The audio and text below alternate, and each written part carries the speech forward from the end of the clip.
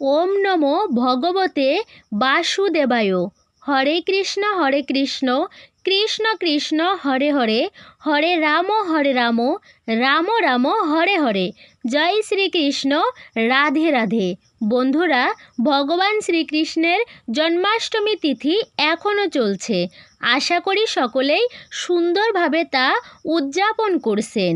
বন্ধুরা, পরমেশ্বর ভগবান শ্রীকৃষ্ণের সবথেকে মূল্যবান বিষয় হলো তার শ্রীমদ্ ভগবত গীতার বাণী। বলা হয়, যিনি একবার ভগবান প্রদত্ত এই গীতার বাণীর অর্থ অনুধাবন করতে পারেন, তিনি জীবনের সব কিছুই লাভ করতে পারেন। জীবনের সমস্ত সমস্যা তিনি কাটিয়ে উঠতে সক্ষম হতে পারেন। বন্ধুরা, আজ এই জন্মাষ্টমীর শুভ সন্ধিক্ষণে ভগবান শ্রীকৃষ্ণের শ্রীমদ্ ভগবদ্গীতার মূল বক্তব্য আপনাদের সামনে তুলে ধরব। আশা করি যদি এই ভিডিওটি একবার সম্পূর্ণ শ্রবণ করেন, তাহলে শ্রীমদ্ ভগবদ্গীতার সমস্ত বিষয়বস্তু আপনার কাছে জলের মতো পরিষ্কার হয়ে যাবে। তাই জন্মাষ্টমীর এই প্রাককালে একটি বারের জন্য হলেও শ্রবণ করুন ভগবান শ্রীকৃষ্ণের শ্রীমদ্ ভগবদ্গীতার মূল বিষয়বস্তু। আশা করি ভিডিওটি আপনাকে সমৃদ্ধ করবে। শুরু করছি ভগবান শ্রীকৃষ্ণের শ্রীমদ্ ভগবদ্গীতার মূল বিষয়। হে কৃষ্ণ করুণা সিন্ধু দীনবন্ধু জগৎপতে, গোপেশ গোপিকাকান্ত রাধাকান্ত নমস্তুতে। জয় শ্রীকৃষ্ণ, রাধে রাধে। এই বিষয়টি আমরা সকলেই জানি যে জীবিত থাকাকালীন অবস্থায় আমাদের ভেতরে একটা শক্তি প্রবাহ কাজ করে, যাকে আমরা বলে থাকি মানুষের আত্মা। শ্রীমদ্ ভগবদ্গীতা অনুসারে আমাদের মানুষ রূপে জন্মগ্রহণ করার অর্থ হলো একটি বড় পরীক্ষা।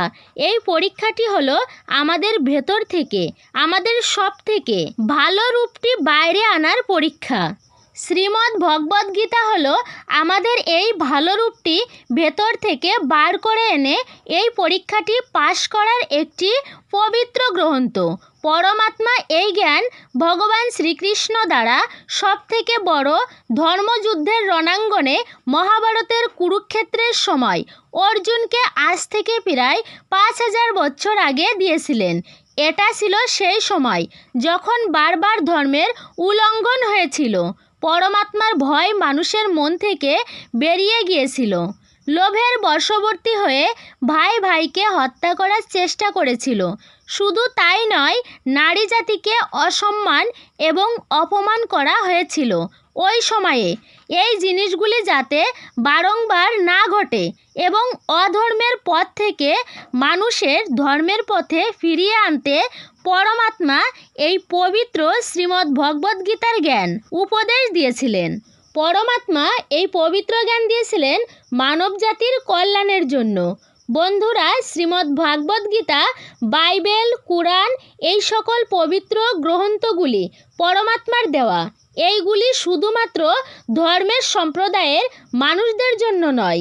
এই পবিত্র ধর্মগ্রন্থগুলির জ্ঞান মানব জাতির কল্যাণের জন্য হয়েছিল। পরমাত্মার দেওয়া এই পবিত্র জ্ঞানগুলির মাধ্যমে যে কোনো মানুষই জীবনযাপনের জন্য সঠিক সুনিশ্চিত পথ গ্রহণ করতে পারে। এই সকল পবিত্র ধর্মগ্রন্থের জ্ঞান মনুষ্য জাতির মধ্যে থাকা জীবাত্মার সবথেকে ভালো রূপটি বাইরে আনার জন্য এবং সুশৃঙ্খল জীবনযাপনের নিয়ম সম্পর্কে ব্যক্ত করে। এই নিয়মগুলি মানুষের মৃত্যুর পর পরীক্ষা করে দেখা হয় জীবাত্মা কতটা সঠিকভাবে পালন করেছে। যদি কর্ম সৎ এবং সঠিক থাকে, তাহলে জন্ম মৃত্যুর চক্র থেকে সব সময়ের জন্য মুক্তি পাওয়া যায়। পরমাত্মা শ্রীমদ্ ভগবদ্গীতায় বলেন, আমি সব কিছু শুরু। আমি শুরুর আগেও ছিলাম এবং সব কিছু শেষ হওয়ার পরেও আমিই থাকব। সবাই আমার মধ্যে আছে এবং আমি সবার মধ্যেই আছি। যা তুমি শুনতে পাও, যা তুমি দেখতে পাও, তার সব কিছুই আমি। এই যদি পাহাড়, সূর্য, চাঁদ, তারা সব কিছুই আমার সৃষ্টি। আমি ভগবান শয়তান, রাক্ষস এবং মানুষ তৈরি করি। আমি সর্বব্যাপী, সবার মধ্যেই আমার বাস। আমি সব কিছুর মধ্যেই, আমিই আছি। আমি এই সৃষ্টির এইভাবেই বানাবো এবং ভাঙতেও থাকবো, যাতে সমস্ত আত্মারা সুযোগ পায় এই জন্ম মৃত্যুর চক্রের বন্ধন থেকে নিজেকে মুক্ত করে মোক্ষ লাভ করে সব সময়ের জন্য পরমাত্মার সঙ্গে বিলীন হওয়ার। শ্রীমদ্ ভগবদ গীতা আমাদেরকে বলে, সব থেকে বড় পরীক্ষার জন্য, অর্থাৎ নিজের জীবাত্মার সব থেকে ভালো রূপকে বার করার জন্য পরমাত্মা এই প্রকৃতিকে 5টি তত্ত্ব দ্বারা নির্মাণ করেছেন। এই 5টি তত্ত্ব হলো বায়ু, জল, অগ্নি, ভূমি এবং আকাশ, যেগুলি আমরা আমাদের ইন্দ্রিয়ের দ্বারা প্রত্যক্ষ করতে পারি, কিন্তু পরমাত্মা নিজে এই 5টি ইন্দ্রিয় থেকে বোঝার বাইরে। পরমাত্মাকে মানুষের শরীরে জীবাত্মা ইন্দ্রিয়ের মাধ্যমে কখনোই বুঝতে সক্ষম হবে না, কেবলমাত্র অনুভব করতে পারবে। মানুষের শরীরে আত্মা এই 5টি ইন্দ্রিয়ের সঙ্গে সেই রকমভাবে রয়েছে যেমন একটি যন্ত্রচালিত রোবট, যার নিজেকে বানানো মালিকের কোনো খোঁজ খবর নেই। অর্জুনকেও এই পরমাত্মা তার বিশাল রূপ দেখানোর জন্য ভগবান শ্রীকৃষ্ণ দ্বারা তাকে দিব্য নেত্র বা চক্ষু প্রদান করেছিলেন। শ্রীমদ্ ভগবদ গীতা বুঝায় যে আত্মা অবিনশ্বর, একে কেউ মারতে পারে না, কেউ ধ্বংস করতে পারে না, কেউ আত্মাকে জ্বালিয়ে দিতে পারে না, ডোবাতেও পারে না, না পারে কেউ কাটতে। কিন্তু আত্মাকে পরমাত্মার সঙ্গে সব সময়ের জন্য সময় কাটাতে হলে এই মানুষরূপী জীবনযাত্রার পরীক্ষায় বসতেই হবে। এই পরীক্ষার জন্য পরমাত্মার থেকে আলাদা হয়ে আত্মাকে এই পৃথিবীতে কোনো না কোনো রূপে জন্ম নিতেই হয়। আর কোটি কোটি জন্ম নেওয়ার পরে একটি আত্মা মনুষ্য যোনিতে জন্ম নেয়। আর সকল মানুষকে এই পরীক্ষা চলাকালীন বিভিন্ন ধরনের পরিস্থিতির সম্মুখীন হতে হয়, যেখানে তারা নিজেদেরই আত্মীয় স্বজন, ভাই বোন প্রভৃতিদের সঙ্গে ভালো এবং খারাপ পরিস্থিতির সম্মুখীন হয়। এই পরীক্ষা চলাকালীন প্রত্যেক মানুষ নিজের ভেতরের তামসিক এবং রাজসিক গুণগুলিকে নিজের থেকে আলাদা করে রেখে সাত্ত্বিক জীবনে প্রবেশ করার সুযোগ পায়। আমাদের তামসিক ভাবনা হলো সেইগুলি যেগুলি আমাদের ভেতরে হীন ভাবনা জাগিয়ে আমাদের উদাস করে দেয়।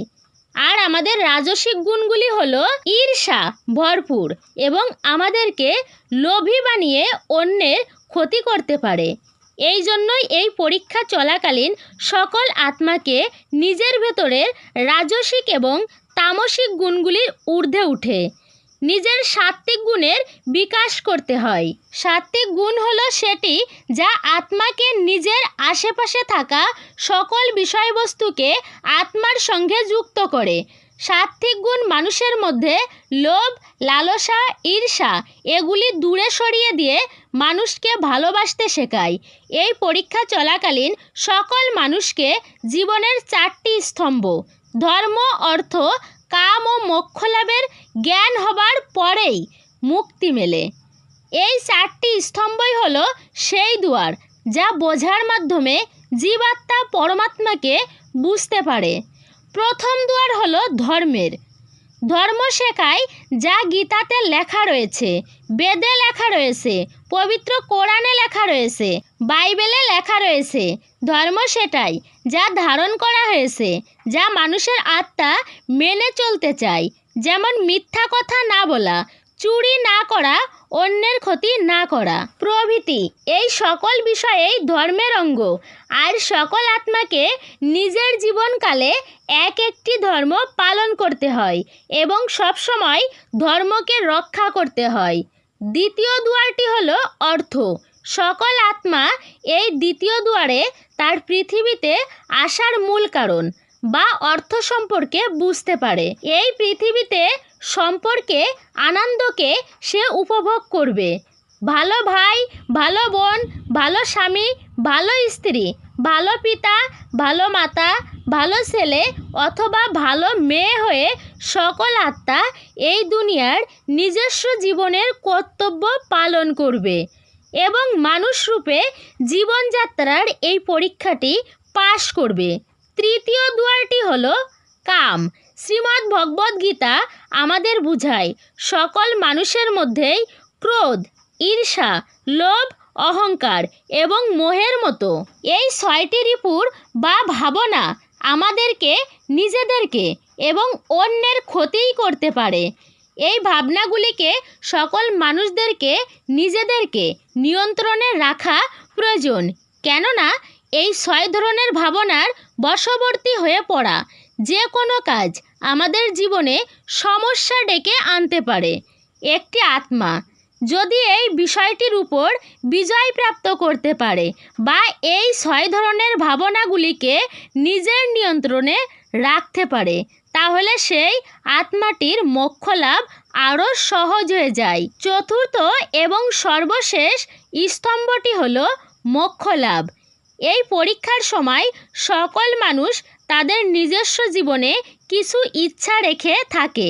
কিছু ইচ্ছা একটি জন্মে পূর্ণ হয়, কিন্তু কিছু ইচ্ছা আছে অপূর্ণই থেকে যায়, আর সেগুলি পূর্ণ করার জন্য আত্মাকে পুনরায় পৃথিবীতে ফিরে আসতে হয়। শ্রীমদ্ ভগবদ্ গীতা আমাদেরকে এটা বোঝায় যে আমাদের ইচ্ছার মূল কারণ এই পৃথিবীতে পুনরায় ফিরে আসার। আর আমরা যদি জীবনের অন্তিম পর্বে কোনো ইচ্ছাই না রাখি, তাহলে আমরা এই জন্ম মৃত্যুর চক্রের বন্ধন থেকে মুক্ত হতে পারবো এবং মোক্ষ লাভ করতে পারবো। এর সাথেই এই চতুর্থ দুয়ারটি ক্ষমা করার দুয়ার। যারা আপনার সঙ্গে খারাপ করেছে তাদেরকে ক্ষমা করে দেওয়া এবং আপনি যাদের সঙ্গে খারাপ করেছেন তাদের কাছে ক্ষমা চেয়ে নেওয়া, এই রূপ প্রক্রিয়ার মাধ্যমেই মুক্তি পাওয়া সম্ভব। যতক্ষণ পর্যন্ত না আত্মা জীবনের এই 4টি দুয়ার সম্পর্কে সঠিকভাবে বুঝতে পারছে, ততক্ষণ পর্যন্ত আত্মাকে জীবনচক্রে এই জন্ম মৃত্যুতে আবদ্ধ হয়ে বারবার এই পৃথিবীতে পরীক্ষা দিতে ফিরে আসতেই হবে। এই পরীক্ষা শেষ হলেই আত্মা শরীর এবং অন্য সকল বস্তু ত্যাগ করে দেয়। যা কিছু সে এই সংসারে এতকাল বানিয়েছে তা অন্য কারোর হয়ে যায়। তখন আত্মা নিজের কর্মের ফলের জন্য বা এই পৃথিবীতে থাকাকালীন সময়ে মানুষ রূপে যে পরীক্ষা সে দিয়েছে তার ফলের জন্য চলে যায়। আর আত্মার ভালো এবং খারাপ কর্মের হিসাব করা হয়। ভালো কর্মের জন্য কিছু সময়ের জন্য সে স্বর্গে থাকে এবং খারাপ কর্মের জন্য নরকে চলে যায়। নরকে আত্মা তার পাপ অনুযায়ী সাজা ভোগ করে, কিন্তু সেই সাজা শেষ হওয়ার পর আত্মা আবার একটি নতুন শরীর লাভ করে এই পরীক্ষায় পুনরায় বসার জন্য। আর প্রতিটা পরীক্ষায় একইভাবে এই বিষয়গুলি আবার হতে থাকবে। জীবনের 4টি দুয়ার ধর্ম, অর্থ, কাম এবং মোক্ষ বুঝার জন্য আবারও সুযোগ পাবে প্রতিটি আত্মা। প্রতিটি জন্মতেই নিজের পূর্বে 3 জন্মের কর্ম অনুযায়ী বর্তমান জীবনের পরিস্থিতি ভালো অথবা খারাপ হয়ে থাকে সেই আত্মাটির, কিন্তু যতক্ষণ পর্যন্ত না আত্মা পরমাত্মার সঙ্গে নিজের যোগসূত্রের সম্পর্ক বুঝতে সক্ষম না হয়, ততক্ষণ পর্যন্ত তার মুক্তি সম্ভব নয়। আশা করি দর্শক শ্রোতা বন্ধুরা ভিডিওটি আপনাকে সমৃদ্ধ করেছে। ভিডিওটি ভালো লাগলে একটি লাইক করবেন এবং পারলে শেয়ার করবেন। কমেন্ট সেকশনে অবশ্যই জয় শ্রী গীতার জয়, জয় শ্রীকৃষ্ণ লিখে আপনার মূল্যবান কমেন্টটি অবশ্যই করবেন। সকলে ভালো থাকবেন এবং সুস্থ থাকবেন পরম করুণাময় ঈশ্বরের অশেষ কৃপায়। জয় শ্রীকৃষ্ণ।